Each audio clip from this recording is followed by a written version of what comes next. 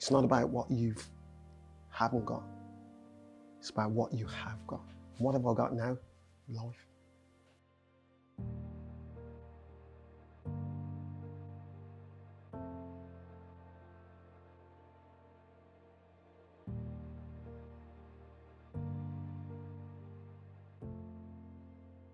In terms of mental health, huge issue these days compared to 10, 20 years ago.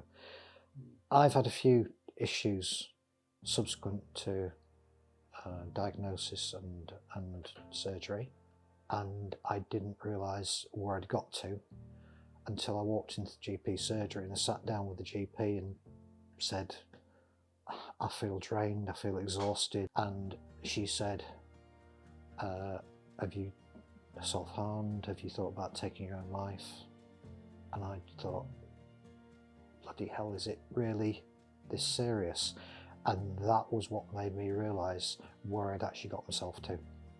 And that was a real eye-opener. And I came out of that thinking, I need to really look after myself because I've got to get this sorted out. For me, it was more the uncertainty. I didn't really go down that path of mental health. It was more the isolation, the loneliness and the hopelessness. Because having a condition like that, it does lead to isolation because people simply don't want to approach you because they just don't know what to say. Yeah. You want that support. You know, you don't want to be on the phone, look, I need the support, please, family, come and support me. They just don't know what to say. I think in terms of then taking that forward, and so I saw the GP who signed me off for 6 weeks, gave me some advice, but a lot of it was then down to me actually looking inward and working out who the new me was and what I needed to get myself from the bad place to, I won't call it a good place, the new place I would call it, because what was good previously wasn't necessarily good now. It was identifying what I now wanted and what worked for me and made me feel happy and comfortable, and it was different to pre-surgery. And I think the key thing around that was, A, like you said about support, it was having my wife there to talk to. I think it's really important that you identify somebody who understands you, because having somebody to talk to,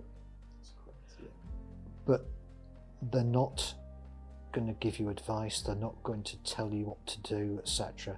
They're just going to listen and support. I tend to move in the direction of, I started with gratitude. I realised that whatever I was going through, I had to go back to gratitude.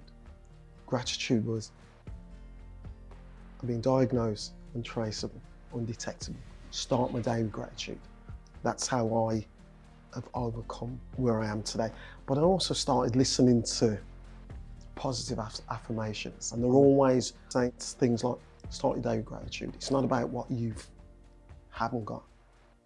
It's about what you have got. What have I got now? Life. So that's how I've overcome it, turning that negative into a positive. So if this is for any men out there, think about what you've already got, your kids, your wife, your family. Think about those as you go through your journey. As we know, there's a lot of stigma around prostate cancer, especially in the Caribbean community. I mean, the stigma goes back through generations. There are a lot of things associated with it in terms of their sex life, in terms of they don't want to. They'd rather. This is going to sound really harsh, but they'd rather die than lose their manhood, if that makes sense. Yeah. Now, I've had things said to me, things like, you need to man up. And that really hurts. Yeah. The important bit is we've gone through years of men not talking and men hiding their true feelings and sort of, as you say, I'm a man, so I'm not going to be soft and talk about this or that. But actually, there's different stages of how you deal with it, including denial and so on, before you get to acceptance. And you can't just jump straight to acceptance, because you will crash and burn and drop back. One of the first steps of overcoming denial is to talk about it. So if you don't talk about it, you're never going to actually work through those steps yourself to come out the other end in a positive manner. You'll always be stuck in that trough. So talking about it, despite whatever might have been in the past, actually you're being more real and more genuine and brave by talking about it. It will help you as much as it helps other people. Looking forward and looking back where we are now, I still, 5 years plus down the track, think about it every day. Prostate cancer. I still think about what I've been through. I still think about the future. I still think about potential uncertainty. Prostate cancer's really opened my eyes up, and it's just made me more aware of how vulnerable and human we are. We're not going to live forever, and we could go quicker than we expected. So actually, we should be making the most of our lives. We should be doing what's right for us and for people around us, and getting on and doing it while we've got the chance. For me, what I most look forward to is actually getting up in the morning, starting my day with gratitude. I know we're, as you mentioned, Andy, we're here for something. For me, it's making a difference, making a contribution, impacting lives.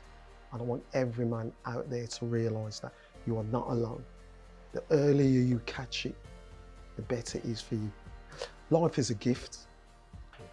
Life is 100% a gift. And I've got a little quote by my favourite poet, Maya Angelou.